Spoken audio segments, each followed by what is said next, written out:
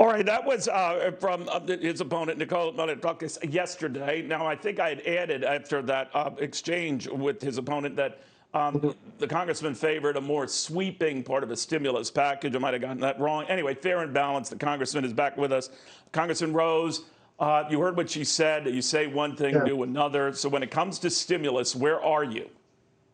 Sure, Neil, I appreciate you having me on, and I do appreciate you always being fair and balanced. Let's go back to that interview that you and I had last week, where I said that there are two things in which the American people do not need right now when it comes to COVID relief and fiscal stimulus. The first is a skinny bill that is not commensurate with the scale of the public health and economic crisis that we're facing right now. And the second is a blindly partisan messaging bill that is obviously dead on arrival. Less than 10 hours after that interview, after that conversation, Speaker Pelosi put a bill on the floor that perfectly fit the label of the latter. It was a $2.2 trillion bill that she knew and the Democratic leadership knew not one Republican was going to get on board with, and I voted against it. What I prefer is what the Problem Solvers Caucus prefers, which is a bold, bipartisan framework about $1.5 to $1.7 trillion of COVID relief,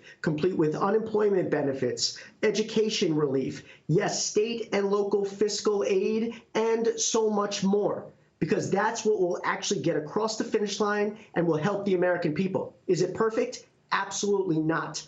But it is what is possible right now, and it's what will help. Then I'll be specific with you, Congressman, as I was with her, to get your points on a couple of key matters in this fiscal relief.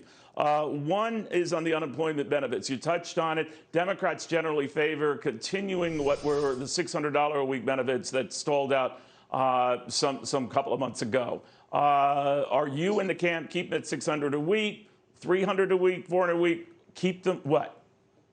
Yeah, I answered this question in our last conversation. I'm comfortable if we lower it down to $450.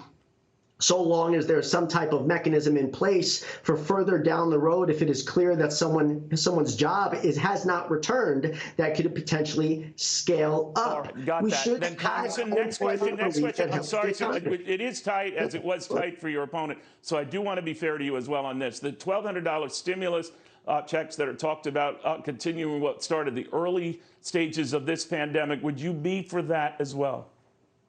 I have no problem with that at all, and I'm pissed off that the Democratic Party can be opposed to it at times because they're afraid that the president's name will be on it. That is direct stimulus to the American people. Again, that can be part of a bold and bipartisan framework.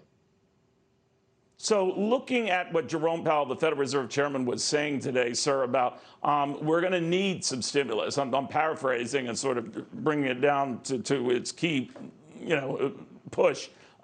You don't get stimulus, this recovery looks rocky. Do you agree with that?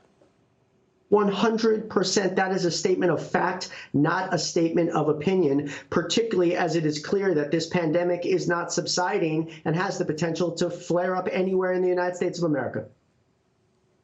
All right.